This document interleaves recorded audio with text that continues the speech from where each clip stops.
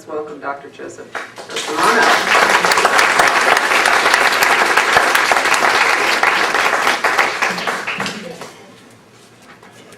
Thank you. It's really a pleasure to be here, and so thank you for inviting me to take part in this. And it's good to hear. It gives me hope to hear some of what you folks are up to. Within the next few minutes, undoubtedly, we'll completely and exhaustively cover the topic of threats to free speech. So I don't anticipate there to be any questions afterwards. And, of course, I'm being sarcastic. We're only going to be able to skim the surface of threats to free speech within the next few minutes. So I mentioned that sort of as a caveat. A couple of other preliminaries too. And I'd asked Susan a week or so ago when we were in contact again if it was okay if some of my comments of parts of my presentation here were what might be regarded as political in nature. And she told me, well, we're an apolitical organization. The thing is that I am not apolitical, okay? And I guess I would follow that too by saying, when we're talking about these sorts of things, how can you not be political these days? How can you not have an opinion that one might regard as being political, assuming that you are reasonably well informed about what's going on? Of course, to be reasonably well informed requires what? Free speech and a free press, okay, and so forth. So one more preliminary too, and that is I understand prior to today, and Susan mentioned it again today too, that you folks have a book club and you discuss books. I wanted to mention one here too, primarily because it's what I might describe as the backbone of some of my comments here today. It's a book called Perilous Times, Free Speech in Wartime, written by Jeffrey R. Stone, a professor of law at the University of Chicago, a pretty good school, I hear. Stone has quite a stellar reputation, and this is a tremendous book. And as I said, I'm mentioning it primarily simply to give Professor Stone the credit he deserves here, but maybe secondarily, I might suggest it for your book club, at least as one to consider. So, with that as the preliminaries out of the way, let me dive into my not so apolitical presentation here. Last month, you may have heard there was some bombings in London. And of course, very soon after that, the reactions followed. In this country, the I told you so's began. But there were two kinds of I told you so's. First, there were those who predictably said that the bombings were proof that the war on terror was ongoing and that the U.S. invasion and occupation of Iraq is justified. On the other side are those who noted that, contrary to claims of the Bush administration, the world is not a safer place after the overthrow of Saddam Hussein. In fact, some say that the world is less safe, given that Iraq is now a staging ground for operations like the one in London. Some, like Senator John Kyle from our state, said that the London bombings prove that the war on terror is working, given that the attacks were on a smaller scale and that there were fewer casualties than happened on 9/11. But the war is ongoing and the enemy is to be feared, he said. And it's this category of thinking, this category of people on whom I want to focus. Fear is a powerful emotion, we know that. It occurs naturally, but at the same time, we know that that the flames can be fanned. When people are afraid, they often are more inclined to go along with those who tell them what is in their best interests, especially when those people are supposedly in a position to know. An expert on fear is another ASU professor, David Altidi. And here's what he says. Similar to propaganda, messages about fear are repetitious stereotypical, of outside threats, especially suspect of evil others. These messages also resonate moral panics with implications that actions must be taken not only to defeat a specific enemy, but also to save civilization. Since so much is at stake, it follows that drastic measures have to be taken, that the compromise with individual liberty and even perspectives about rights, the limits of the law, and ethics must be qualified and held in abeyance in view of the threat. And he continues, the politics of fear promotes attacking a target such as terrorism. It anticipates further victimization. It curtails civil liberties and stifles dissent as being non-responsive to citizen needs or even unpatriotic. People who fear need to trust. We know that. They want to trust. When we're children and we fear the boogeyman or the monster under the bed, we trust a parent who tells us there's nothing to be afraid of. As we get older, for most of us, trust is harder to come by. But again, fear tends to engender trust.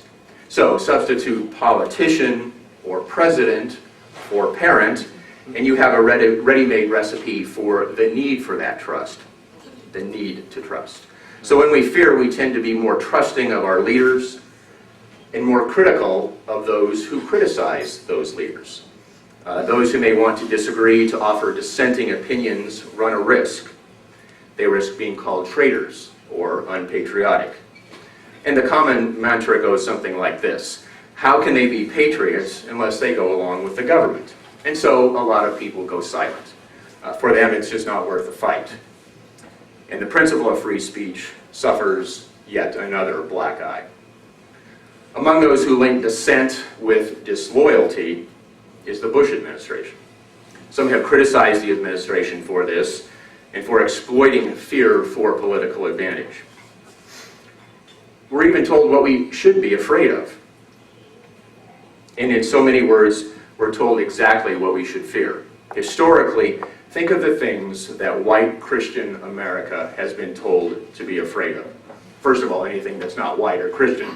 And this includes blacks, Jews, Muslims, communists, women in power, women being given the chance to control their own bodies, gays, Japanese Americans, German Americans, and anyone crossing our borders, especially the southern border, to name but a few. In other words, we should fear what we are not, or what we don't know. For example, a dictator in the Middle East with weapons of mass destruction. Still looking for those, aren't we? Trust us, we're told. So when society is afraid, we ask for protection.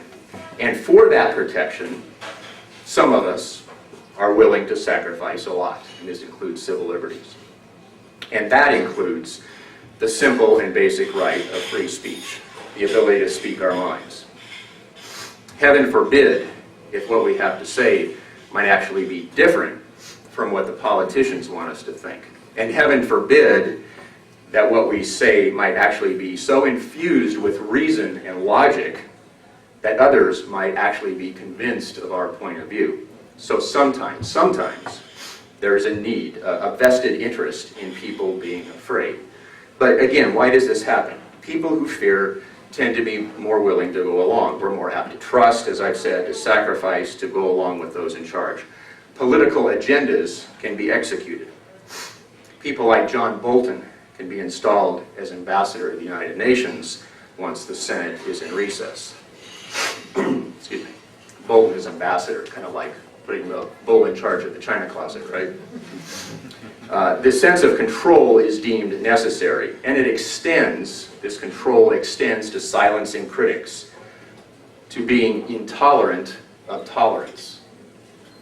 In these situations, the government may actually see political advantage in stirring up intolerance, while realizing that this sort of agitated environment can also be useful in settling scores and shoring up one's political base.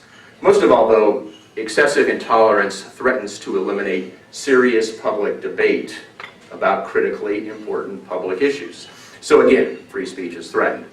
Again, historically, the pattern is clear. In the United States, we go through these periods of intolerance. Usually, they coincide with wartime.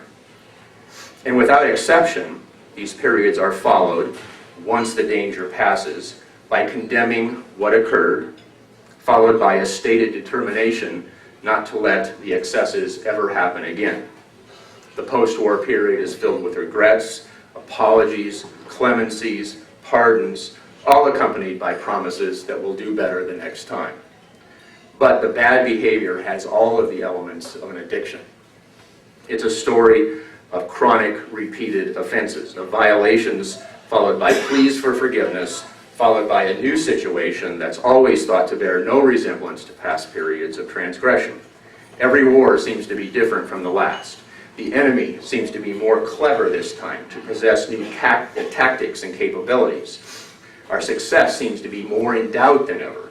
Therefore, even though they said they wouldn't do it again, government leaders restrict our liberties. And a lot of us go along for the ride, often with little or no protest. Why? Because it's different this time. The enemy is more ruthless than ever before. Heck, this time they're even terrorists. And we're afraid, or we should be afraid, we're told. So we accept restrictions on free speech, if for no other reason, to provide a united front. Those who disagree, those who dissent, cannot be tolerated. Dissent, therefore, always seems more dangerous and more costly than it was the time before. Society is forever making the mistake of thinking the new war is fundamentally different from all prior wars. And clearly, in this kind of environment, First Amendment freedoms are not safe from the emotion of war.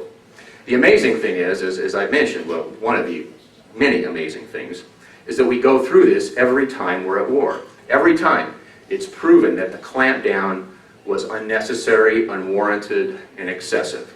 Okay? This is a practice that's practically embedded in our national DNA. It's a practice as old as the Republic itself. It began with the infancy of the United States, and we liked it so much, we never stopped. As Jeffrey Stone in his book says, with every crisis, Congress has responded to public fears in wartime with draconian and even savage legislation. The fear, anger, and fervent patriotism engendered during a war, he says, naturally undermine the capacity of individuals and institutions to make clear-headed judgments about risk, fairness, and danger. It was once said by a U.S. senator early in the 20th century that the first casualty when war comes is the truth. Well, let's agree then that the second casualty is liberty. Inter arma silant leges. Forgive my butchered Latin. What it means is, in time of war, the laws are silent. We might say the Constitution is silent as well. To attain security, officials sometimes find it necessary to silence dissent and criticism of the government. Favoring security over liberty is practically part of this same American tradition. Controlling speech means controlling dissent. Or would it be better to say that controlling dissent means controlling speech? And when the government loses one means of controlling dissent, it quickly finds others to replace it. This country began with loyalty tests and legislative investigations to deny dissenters employment and to expose them to public harassment and humiliation. When those means of suppressing dissent came into question, the government expanded its use of surveillance and disruption to intimidate or silence its critics. When those techniques of managing dissent were challenged, the government moved to more aggressively control information and to deny citizens access to knowledge about the activities of their own government. So what have some of these techniques been? What is part of this practice embedded in the national DNA, as I've said? Well, let's go back to 1798, when the ink on the Bill of Rights was barely dry. Congress passed the Sedition Act. What is sedition? Criticizing the government. What did the act do? It prohibited sedition, prohibited criticizing the government. Okay? No more criticism of the government. No more speaking your mind if you are of the mind that happens to disagree with government policy. And yes, this was on the heels of the passage of the Bill of Rights, the first element of which says that Congress shall make no law abridging freedom of speech. Apparently there were exceptions, like during difficult times or wartime. Okay? It's an exception that, as I've at least hinted at, I think, has been invoked consistently throughout American history.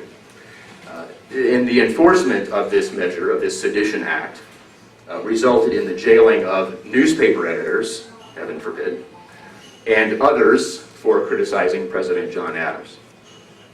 Let's skip ahead to the Civil War, a time when which President Lincoln suspended the writ of habeas corpus, arresting people on vague charges of disloyalty to the Union in its war with the Confederacy.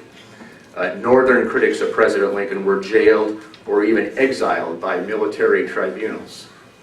Good thing that never recurred in our history, military tribunals. Okay. During World War I, using two newly passed pieces of legislation, the Espionage Act and yet another Sedition Act, President Woodrow Wilson encouraged prosecution of about 2,000 men and women because they opposed the military draft and the U.S. entry into the war. This effectively squelched national debate about the war. And then Wilson's Attorney General said this about opponents of the war: "May God have mercy on them, for they need expect none from an outraged people and an avenging government." That was Wilson's Attorney General. And we might note again, it's good to know that that was a one-time occurrence, and Attorney Generals never again did anything to step on our civil liberties. During World War II, hundreds of thousands of men and women were interned solely because of their ethnicity, Japanese or German. There were other abuses during World War II as well. During the Cold War, fears over the Red Menace fueled attacks on federal workers and others who were believed to be communist. Okay. The Cold War, Jeffrey Stone says, marked perhaps the most repressive period in American history. Okay, and we certainly know other aspects of that too, including the excesses of the House Un-American Activities Committee, chaired by Senator Joseph McCarthy.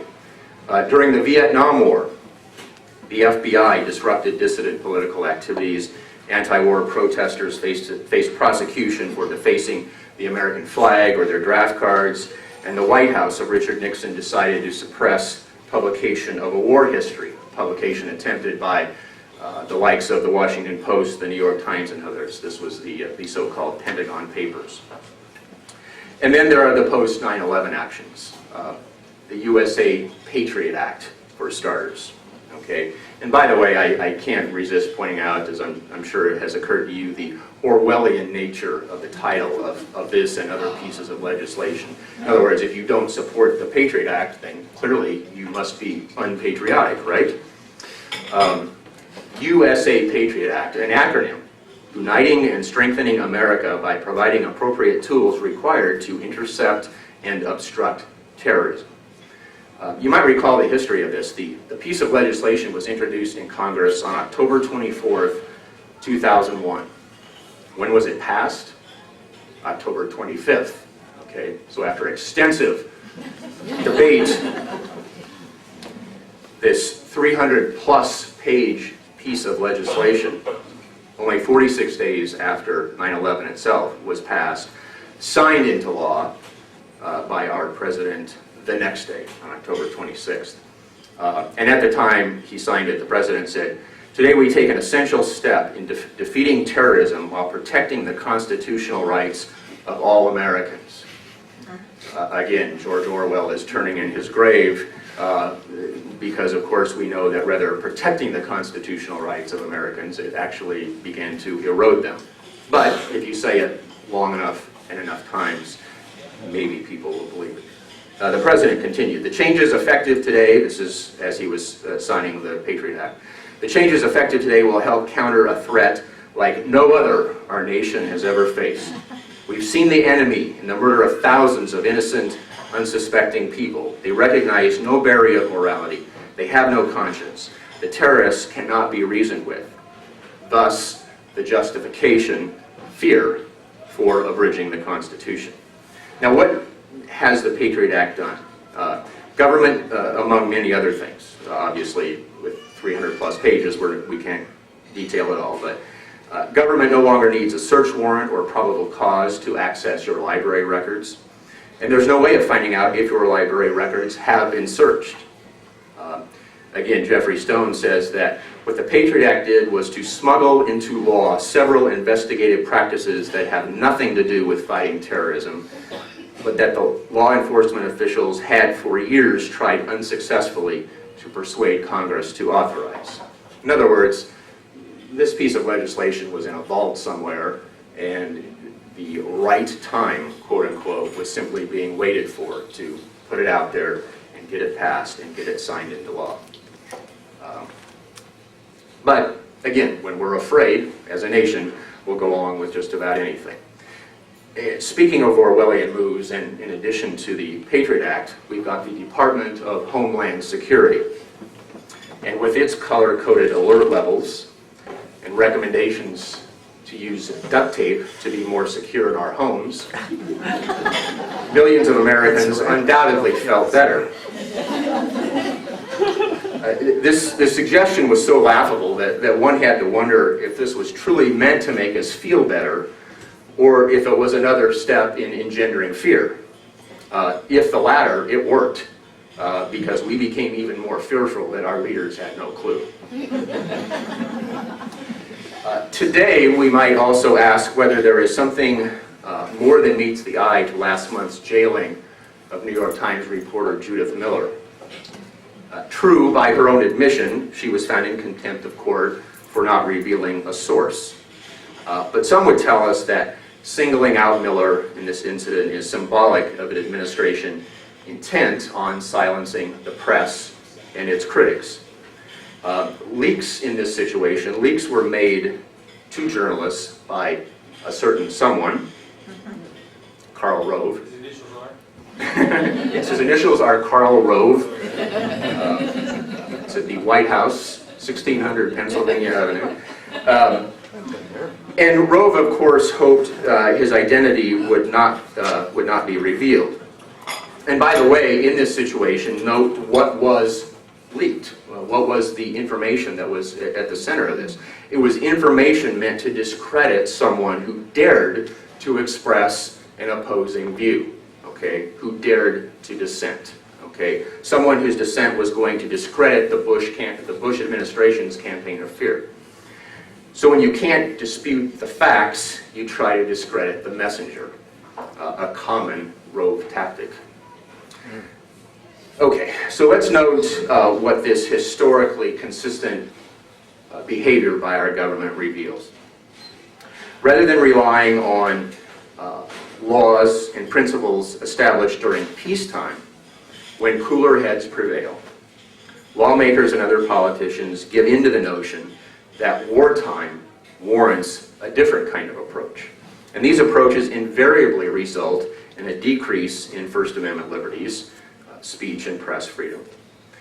And moreover, I should note that threats to speech transcend the realm of First Amendment protections.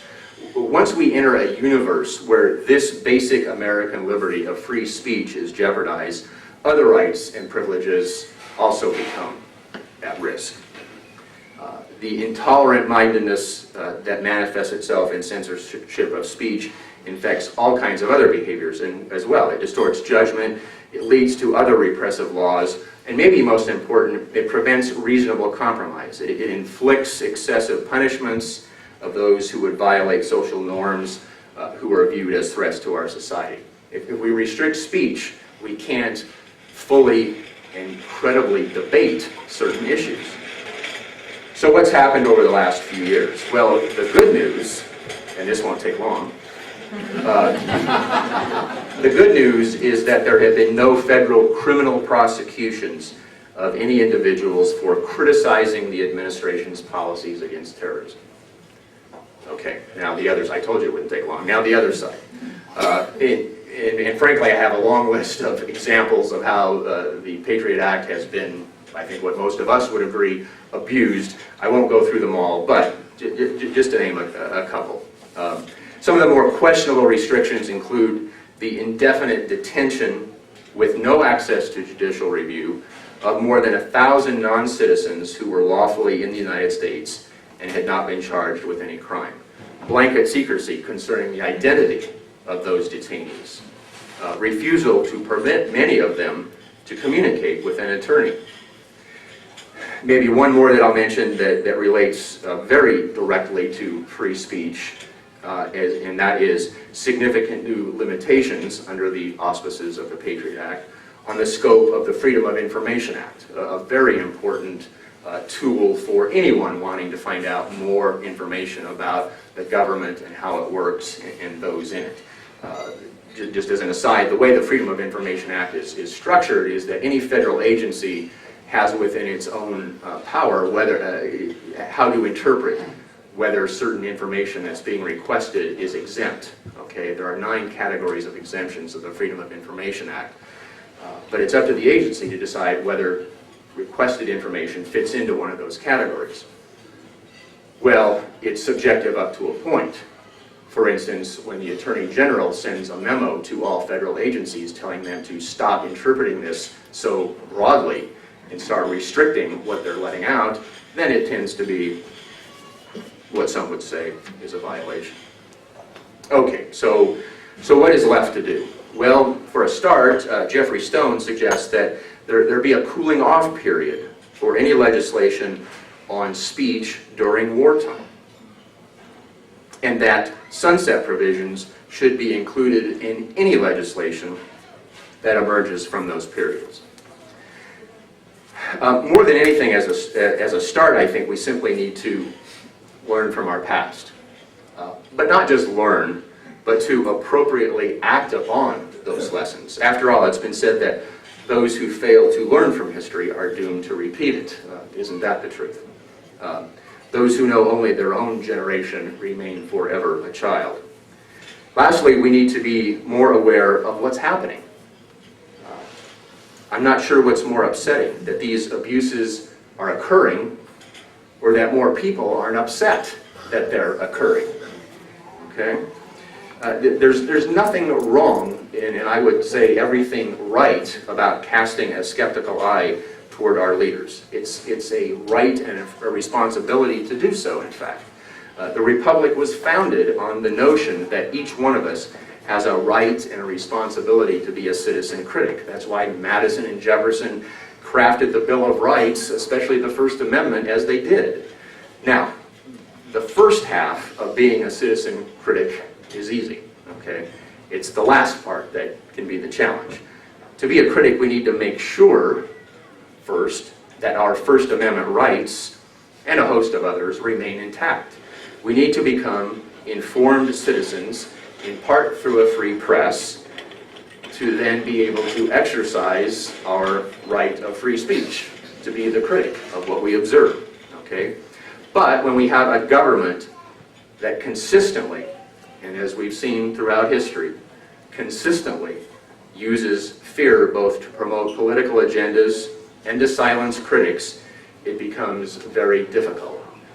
And so I would simply close by saying good luck to us all on all of these fronts.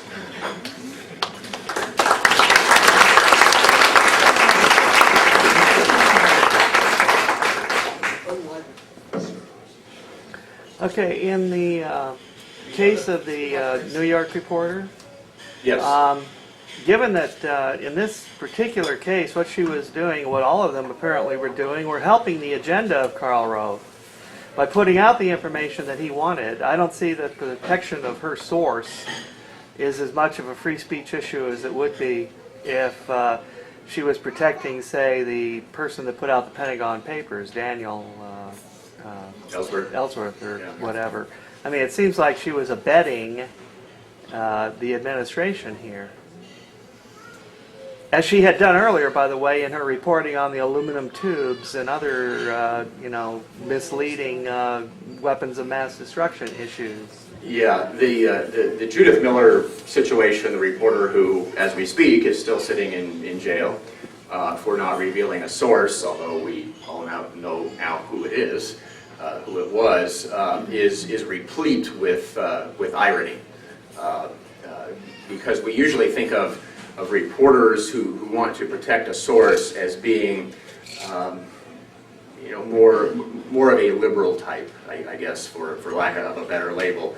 And yet, as you point out, as we know now, the source she was protecting, I don't think has ever been labeled a liberal, Mr. Rove. And she has a history of... He's liberal to bribing. Excuse me? He's liberal to bribing.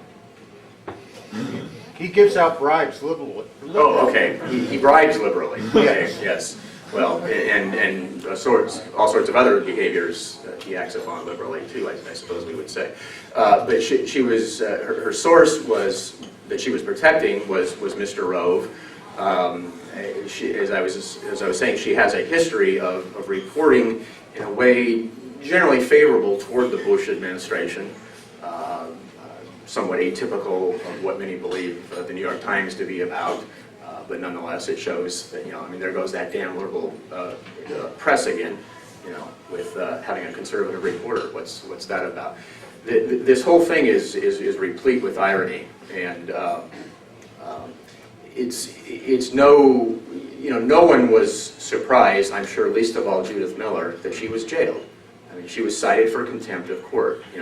When you're ordered to reveal information, no matter what it is, by a federal grand jury, the law is very clear on this. Okay, and as much as being a former journalist and a professor in a school of journalism, I would very much like to see a federal shield law, and certainly we're hoping that this at least is the catalyst for that. Is that we would And I have a blog. federal shield I have law. a blog on the web, right? And having a blog, excuse me, One question at a time, please. Thank I you. just wanted to finish it. If I have a blog on the web and I put out some kind of, I got this from an unknown source in the White House, then I would get the same protection as a reporter for the New York Times, right? It all depends on how the law is written. Right now, 31 different states have shield laws. No two of them are alike. They all. So obviously, unless we get some kind of uniformity, there's unfairness inherent here. It's... Welcome to the world. Yes. Unfairness reigns supreme. Yes, sir. There has to be somebody else that she's protecting, because the other reporter is out and about, has released the name of Rove. So she has to be protecting somebody else, because she would have been released. That's not necessarily true. She has to say it. It may be true, but that's not necessarily true. The reason that the other reporter, Matthew Cooper of Time Magazine, was not jailed is because he provided the prosecutor the information he was seeking the morning that the jail sentences were to have been doled out. Right. Yes. More and more of our news outlets appear to be controlled by fewer and fewer people or organizations, and carried out to its worst case scenario. Conceivably, there would be all news outlets would be like Fox News. So, what, if anything, can be done about it? I've been asking myself and others that question for a number of years as well. One thing that can be done is legislation that helps to prevent that. You have a situation now. What little regulation there is of the broadcast industry occurs by the Federal Communications Commission, which is overseen by Congress, but to some extent is independent. Over the course of my lifetime, the FCC's trend has been to relax the regulations step by step by step. Okay, every time we're told that this is going, the idea is to increase competition. Okay, that's the justification for relaxing the regulations. ownership regulations, for instance. How many stations one corporation can own? That's among the regulations that has been relaxed. When in fact the reality is just the opposite, that it has done nothing to increase competition, it's decreased it, it's accelerated this, what we call concentration of ownership. So what needs to happen is the FCC needs to be convinced to reverse course. Not bloody likely. The one small ray of hope, admittedly a small ray of hope, is that the last time it did this, the last time it relaxed regulation, it was going to do so to an even greater extent than it eventually did. And I was trying to think of another way of saying hell was raised, but what the heck. Hell was raised to those in Congress, and Congress came down on the FCC and said, this is, you've gone too far, and they pulled it back a little bit.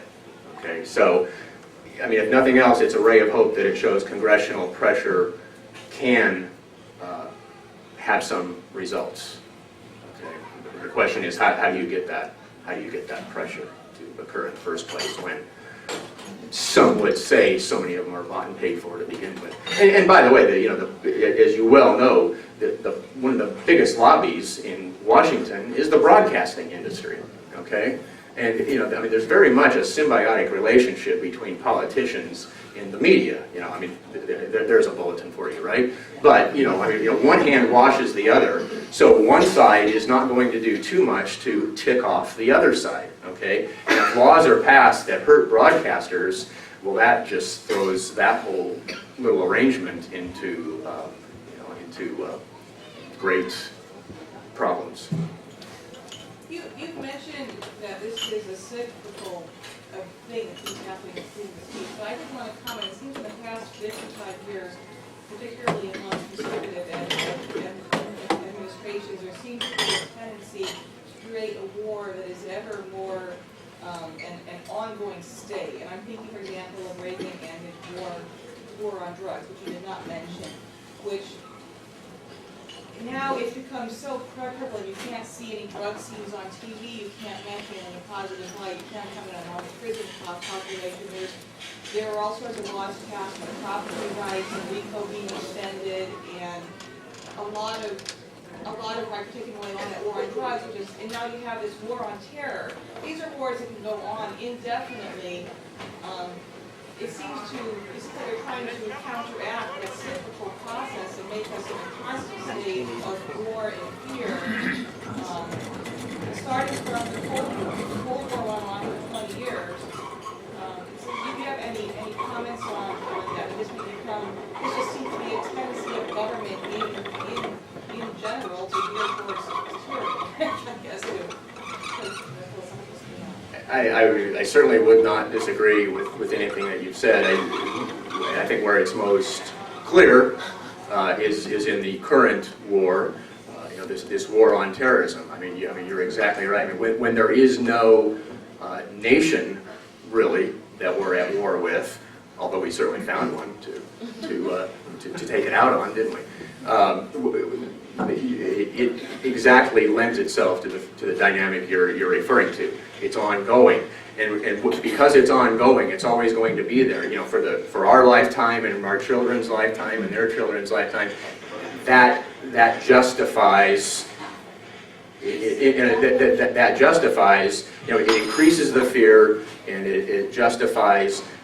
It warrants the kinds of legislation and other sorts of actions that we see. See, we have to do these. We have to pass the Patriot Act because this is so different. Because this is, security over liberty. All of those sorts of things. Do you think backlash again, for example, the war on drugs? I'm seeing more evidence of them showing drug use on cable channels. It used to be 10 years ago. It was so taboo to have any sort of mention of drugs as an okay thing. Do you see a backlash perhaps against that, or do you think, or do you think that there were the same ramifications from the war on drugs in terms of freedom of speech as there was during the Cold War or on this war on terror? I certainly see similarities, as you're suggesting. I'm not aware, and this may be my problem, but I'm not aware of any legislation specifically that was passed that prohibited, drug usage shown on broadcasts and that sort of thing. There may have been, I'm just not aware of it. If there was, I will say this: it brings in First Amendment violations to a very strong degree. I mean, if anything was being done by the networks, it most likely was being done on a voluntary basis. Why would the networks agree to do anything like that on a voluntary basis? Well, remember what I was just saying about how the broadcasters don't want to upset the politicians don't want to upset the broadcasters, they're all in it together. So let's just form this little agreement here on the side. There's no law that governs it, but we won't do this for you, and then you'll grant us a favor down the road as well. A favor like what? Oh, like loosening FCC regulations so that we can buy more stations and make more money. Okay? I don't know. Who's next? I go along with everything that you say, but I was wondering about the journalism school. And are they compelled, because you're there, to have somebody who has a different approach on their staff? I mean... You mean a different political approach? Right. I do... I do everything I can to keep my politics out of the classroom. I do not... I mean, all of this that you just heard, I don't know that I've said any of it in the classroom. Really? Which is a great outlet. That's why I'm so thankful you asked me here. I get to vent. No, now I shouldn't say none of it, and I certainly, as you know, our semester begins tomorrow, and I'm teaching a graduate class that I think after it's over with, I won't be able to say what I just said, because I think a lot of this will come up, in part because I'm using this book as a textbook in that class, and Stone gets into a lot of it. But it's as a professor, I certainly have never been told anything about keeping my politics out of the classroom. But I mean, I don't have to be told, not to put my hand on a hot stove. I just know not to do that. But see, what's troubling me is that I don't understand how you can, in all truth, say all of these things, and that you have to say really about what's happening to our freedoms. And then, I mean, anybody will be able to know what your politics are. I mean, without ever saying what your politics are, but just saying the truths of what's going on. Well, you and I know that, but you and I agree that everything I said here today is the truth, but there can be a difference of opinion on that. Isn't that what campus is for? Freedom. Speak, if you would, to the concept of academic freedom. That's I'm what very I'm interested in concerned knowing about. what pressures you're feeling that keeps you from stating your worldview in class. Morris Starsky. Let me don't. I don't want to overstate that I never do that. Okay. I usually, when I have done it in the past, it's usually more in a as an aside. Okay. It's not part of the primary presentation. In part, well, I mean, you have to. I think as part of the equation, you have to understand the kinds of courses that one teaches. I mean, if politics isn't a part of the course at all, then to infuse politics in it, I think, borders on the irresponsible. But on those that it is, can you begin to touch on it? Of course, of course. One of the things you have to be very careful about is you don't want to alienate those who have another point of view. And they're out there as well as I do. Okay. In the marketplace on campus, the debate, I think, is the instrument of learning. And if that debate does not take place, then you're really shortchanging your students, I think. You know that, and I know that, and I would guess that just about everybody in this room agrees with that. But if you have a student who feels alienated, put off, insulted, marginalized by the fact that the professor clearly has this political point of view, I disagree with it, but I am afraid, I am intimidated, in spite of him saying everyone has the right to their point of view. In spite of him saying that, I don't feel I can say that. They go to a higher authority, and then you know what hits the fan. That means the science teacher can't teach evolution if they're thinking the way you're thinking now. You have to remember these courses are set up by teaching this, and this. Journalism would not teach politics as such, it would teach the facts and process of journalism, not of politics. You have almost answered my question, but is there any such thing still left as free press in this country? I will answer that in the way that, I will begin to answer it in the same way that I begin to answer, I'd say 90% of my students' questions. It depends. The answer to your question depends on how you're defining free. Completely free? Okay, for example, Lou Dobbs, I like to listen to him because he has a different point of view. He is able to say, I'm talking about, are the journalists able to write or say what they really think? Well, I think what you're starting to get into now is part of what I'm alluding to when I'm saying how are you defining free. Lou Dobbs works for CNN. CNN is free to do what it wants, but it is a corporation, a profit-driven corporation owned by Time Warner. Speaking of concentration of ownership, and a growing number of corporations owning a fewer number of media outlets. It's a corporation that is all about making money first and foremost, okay? And so its owners, its managers, its producers, and its executives, while they're the ones who manage Lou Dobbs, okay? Now, how much management, how much hands-on management they exert versus how much freedom they grant him is another matter. But that's not a constitutional issue. That's not a First Amendment issue. That's a corporation issue. Okay. So that's what I mean by free press. Is CNN free to do whatever it wants? Pretty much. But within CNN, is Lou Dobbs or any other CNN employee free to do what he or she wants? Not completely by any means. I've got a question. Go ahead. This is more personal, I guess. You've made your politics half clear, and I have no problem with that. You're definitely against what Bush is doing politically to our freedoms. But you haven't said what you're for. Are you pro-Democrat? Because I really don't see them as being a whole lot better on the same subject. I don't see their history being a whole lot cleaner. And I'm not clear that you've expressed how, your view of the other side. Okay, I'm not.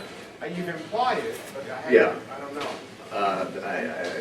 I will answer your question, although I'm not sure how relevant it is to what my personal politics are. As I've recently told some people who inquired about that, I tell them some of my best friends are Republicans. And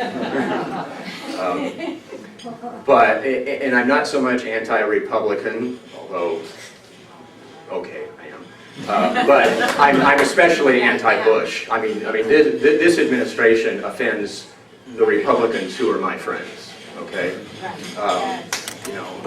anybody with a shred of common sense can see the hypocrisy and the here I go. And the evil that's inherent in these bastards. Okay?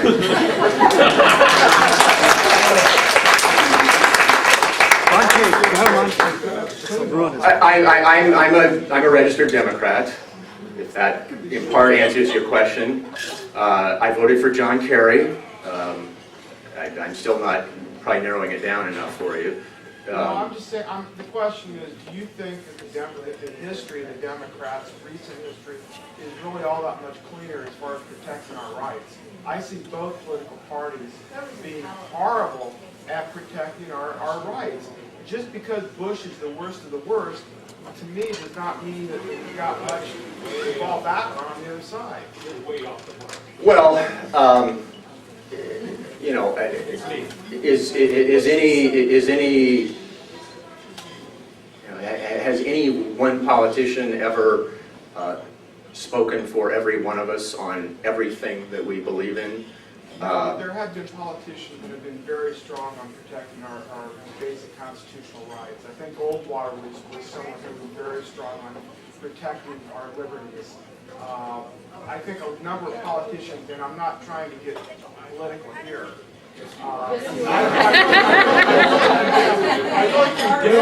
I condemn both of the parties. I'm against both of them. There are no more both parties, don't you understand that? That's my point. We're on goodbye. That's exactly my point. I hear a political side, and yet I don't think it's justified. I think both sides are very crass on this issue. Well, I'm, you know, I mean, to take a page from Dan Rather, and to paraphrase, I'm not running for office, so I don't need to declare, you know, exactly, you know, my party and my allegiance to various causes. I think it's pretty clear. My allegiance is to free speech and to free press and to First Amendment. I mean, those are my areas of expertise. That's what I know about. That's what I was here to talk about. That speaks to the oppressive political atmosphere as far as I'm concerned. What does? The fact that both parties are so common. There's an oppressive political atmosphere.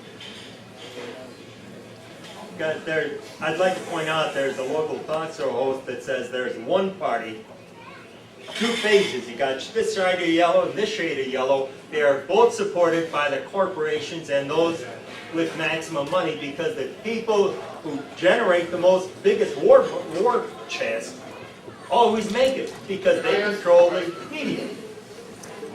So who controls the country?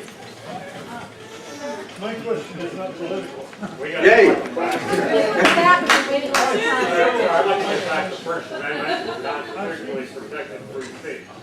Do you think that the government has the right to deport a non-resident alien, Muslim preacher, who has overstayed his visa and who preaches from his pulpit, kill all the infidels? Do you think that preacher has the right to constitutionally protected speech under those circumstances? Or is the government justified in deporting him? I can't speak to the deportation itself, but in terms, because that's just beyond my area, but in terms of the free speech aspects of it, I will say this, is that the law in this country is clear. Now, whether it's clearly implemented and enforced, that's another question, but it's clear. I mean, there used to be something, a standard in this country called the clear and present danger test.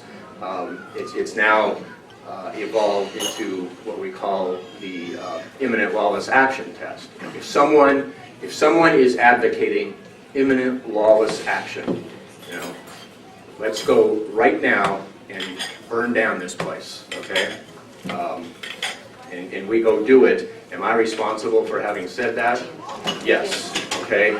That's where my free speech ends, okay? I can be prosecuted for that. So, if someone from a pulpit or anywhere else is advocating imminent lawless action, they can be prosecuted without violating their constitutional rights. But if you say the correct, I'm sorry. I have seen several documentaries lately involving 9/11, and there are always questions that come up in those documentaries, like how come we haven't seen any pictures of an airplane at the Pentagon? Why is the hole in the Pentagon smaller than the airplane? So my question is, why don't, and I get this information not from the mainstream media, but from internet sources, why doesn't the mainstream journalists, why do they not pursue those questions? And why don't I hear them on network news and read them in the Republic and places like that, why do I get the questions from offline, non-established sources? A good question. I don't have a good answer. It's, there's no question that the mainstream media horribly, egregiously dropped the ball in the time leading up to 9/11, in the immediate aftermath of 9/11, and arguably up to the present. Why is that happening? Why did they not, do due diligence, with their reporting and their investigating? Why are they still not doing it? I'm not sure I have the answer to that. Is it corporate influence? Is it money? Is it not wanting to offend the media consumers and therefore risk people not watching the newscasts anymore, or buying the newspapers, or buying the magazines? It could be any and all of those sorts of things. It could also be, we were talking a little bit beforehand, there's something that I call convenience reporting. Okay, it's just easy to report the stuff that they, whoever they is in a given situation, hand you. Okay, whether it's in a press release, whether it's in a sound bite, or a quick interview, it's easy to create your story that you put in the paper or put on the television newscast based on these easy, convenient ways that information is provided to you. It's a lot more difficult and a lot more expensive for the news organization to dig for the facts that aren't on the surface. Okay, I mean it's very costly. For a news organization to tell a reporter, okay, you have however long it takes you to pursue this story, whether it's a week, a month, whatever. You dig and you dig and you dig, and when you've got the good stuff, you come back and we'll go with it. Okay, we'll read it, we'll go with it, whatever it turns out to be, provided that your facts are substantiated. That's happening less and less and less these days. Why? What is the one lesson of Watergate? I always tell my students, follow the money. Follow the money. It's too damn costly, so the news organizations say, for them to pay a reporter for a month to really be generating no product. Okay? Instead of, as the networks and the local television stations and daily newspapers pretty much expect reporters to have something on air or in the paper just about every day. Okay, well you can't be generating in-depth things every day. Going back to your topic on freedom of speech, which is what you were talking about, and going to some of the comments about pressures you might be under working at the university. We recently had a whole bunch of testimony about professors at a different university in Colorado, at the Air Force Academy, where the professor would say to their students, and this is going back to his point, are you under any pressure? Where the professor would say to the students, some of you seem to be having a difficult time getting my concepts. Why don't you meet me at church this Sunday? We can talk about it. The idea of connecting it, we had a whole bunch of congressional testimony on that with people backing away. Are you under any kind of pressure? No. Or do you see anything like that kind of thing going on where somebody might use their influence to pressure people into a particular course of praying, religion? In a word, no. I am under no I am under no pressure other than what I impose on myself. Okay. Have I seen that happening in other classrooms? There's only one professor's classroom that I go into on a regular basis, and that's mine. Which probably is one, among, if we're going to pull out the long list on criticisms of higher education, and I know it's a long list, that's probably somewhere on that list, and if it's not, it should be, is that professors don't cross-pollinate enough. We don't visit another professor's classroom just to see what they're doing and how they do it and what they're talking about and what pressures they might be exerting on their students. One of the indications of corporate control is it took 2 weeks before the revelation of Downing Street memo was mentioned in the U.S. And then it was denigrated and slimed. And yet, UK had it on the front page. How come it took 2 weeks? Well, it was bed there. It was, you know, so they didn't have to do anything. They just had to repeat what the UK put out. No one did. I had an email exchange with one of the editors of the Arizona Republic several months ago, basically engaging in that very thing. When I forget what it was that he wrote that prompted my email, and then he wrote something back to me, and I asked, you know, rather than devoting space to, you know, this worthless few paragraphs, as I called it, or something to that effect, you know, where are you on issues like the Downing Street memo? That was specifically one that I asked about. I don't think I got a response. I think the conversation ended at that point. Because he didn't want to respond. I don't know. You'd have to have the corporate level to know that. The only reason they started publishing it, because it was so inundated the web, is that they had to. There were too many questions come up, but every time I saw anything about it, they all said, yeah, we all knew about that, and it's old news, nobody's interested, and, well, same thing they're doing with the other people that object. The latest one is Cindy. They slime her all over the place, and there's only a few places that support her in a fairly cleanly.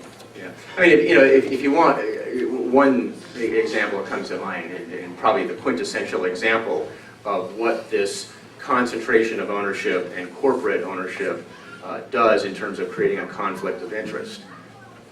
Who is NBC and NBC News owned by? General Electric, which happens to be one of, if not the biggest defense contractor in this country. Can you guys say more? Now, I will say that every time it comes up in a story, they acknowledge that. You know, there's full disclosure. You know, NBC happens to be owned by General Electric. Okay, fine. You know, you've admitted it, but does that make us feel any better about the conflict of interest that's at work there? Yes, ma'am. Although it's local in scope, how do you classify New Times as being free press? How do I classify New Times as being free press? Well, it's, you know, it is owned by a corporation too. So it certainly may not be quite as free as we like to think it is, but by the same token, it's, you know, probably locally, it's one of the better examples of free, uninhibited, robust, and wide open, to quote one of my favorite Supreme Court rulings, in terms of what it does and how it covers it. So I speaking of full self-disclosure, while I personally had my differences with some of the reporting in New Times, I certainly applaud its the places that it ventures to with its reporting. I think you know why most of us have quit using the standard media as our source of news. I get most everything I learned from the internet and some of the questionable sources. But I concluded from all this that what's news is not important, and what's important is not news. Michael Jackson is news, but he's not important. The national event is important, but it's not news. So what's good for the media, to me, you're preaching to the choir here. I couldn't agree more. I find myself, as someone who worked for 10 years in local television news, I find myself watching less and less and less, unless I'm curious on any particular day, to see what the video crime report looks like, or how many fires there were, or as you say, Michael Jackson. It's, the Watergate lesson again. Follow the money. They think, the people who are managing these enterprises think that is what is attracting audience, and that's what they care about. As I told my students and others, television news directors don't get fired over not winning enough journalistic awards. or something like that, they're fired because the ratings aren't high enough as deemed by the corporation, okay? The audience isn't high enough. So what do? I mean, the message is clear. You better do whatever you can in terms of your content to get the audience up. And the way they think to do that, and this is obviously where we would quarrel with them, the way they think to do that is through the fires and the crime and the Michael Jackson stories and et cetera, et cetera. I have a question. I'm told this is the last question. All right, we'll have two last questions. I just wanted to ask where you get your news from. What I've been source waiting do a you long use from? time too. Okay, we'll have two last questions. Two last questions. Both ask. Where I get my news from, What sources do you use? all of the above that we've talked about. Local newspaper, as I admitted, not as much local electronic media as I used to, but I still usually have it on in the room, even if I'm not glued to it. Network television news, the New York Times is probably my primary source, I would say these days. And I surf the net, although I don't consider myself a blogger, but I surf and look at all different kinds of news sources there as well. Last sir. question. Can I ask mine? Okay, actually, I have a question. All the people earlier in the program said that, well, there's no difference between the two parties. So my question is, do you really think if John Kerry had won the election, he would have invaded Iraq? Well, then there is a difference. Okay, well, It's Al Gore. You're right. Thank you, Joe. Before you go, hang on, we have something for you. Uh-oh. And we do appreciate this very stimulating talk that we had. Thank you. This is our latest version. By the way, these are available in the HSGP store over here. It's now the store. This is our HSGP mug. You will note that these are new and improved. So if you're at all curious to own one of these, U2 membership may purchase one, and we're going to give you this one. And we hope you will remember us and share that with your fellow professors and come back and talk with us some more because it was very interesting. And if you appreciate the Humanist Society of Greater Phoenix and would like to see more, then subscribe to our channel and check us out on Patreon. Links are in the description.